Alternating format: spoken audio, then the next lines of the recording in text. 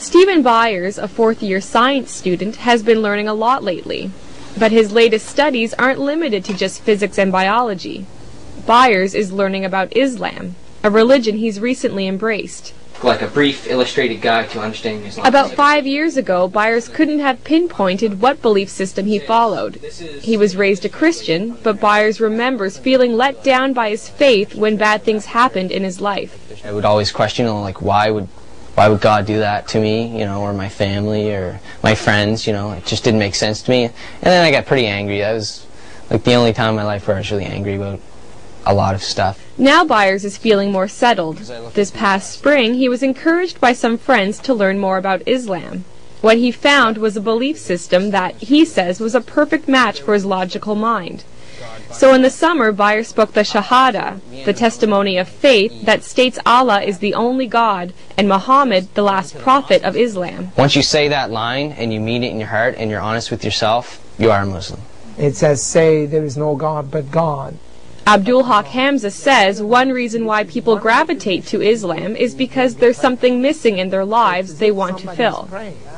Hamza is a science professor at University of New Brunswick and also president of the Fredericton Islamic Association. He says Islam reminds people that they need to step away from the material world in order to find peace from within. Because Islam tells you have to pray 5 times a day. So you have to disconnect yourself from that growing and fast-pacing life. The idea of peace is integral to Islam's message, a message that is twofold.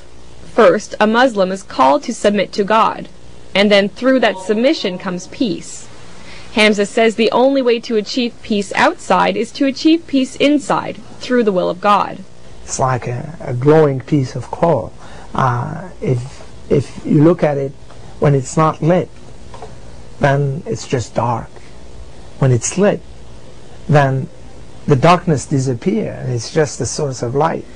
The other major duties that are required in Islam can strengthen a Muslim's commitment to God and to peace. They include praying 5 times a day and reading Allah's Book of Revelations, the Quran, fasting in daylight hours during the lunar month of Ramadan, giving to charity, and, if you have the money, taking a pilgrimage to the holy city Mecca at least once in your life. Byers hasn't been to Mecca yet, but he did take part in the fast of Ramadan for the first time. Not eating that period of the day teaches you discipline, and it just, I guess, knocks you down a step and makes you realize, what it is like for those people that can't eat. This was just one of many firsts for Byers, but he says that still it's been easy to adjust to this faith. That's because he feels the fundamental values of peace, charity, and goodwill were already a part of his character. So just coming into it, I guess, would be just changing from the way I was to knowing that's how I was. Maybe it was more of a coming to understand the way I am. Islam is what is with you all the time. You were born with it. It's, in Arabic we call it fitra. It's that which is part of you. They started walking the walk of Islam when they were ready for it. Byers says it's important for people to learn a bit about Islam, even if it's nothing more than to clear away misconceptions that peg Islam as a religion of terror. Byers says if people incorporate the goals and aims of Islam into their lives, like him, they might find some peace they didn't even know they were searching for. Sarah Trainer, CBC News, Fredericton.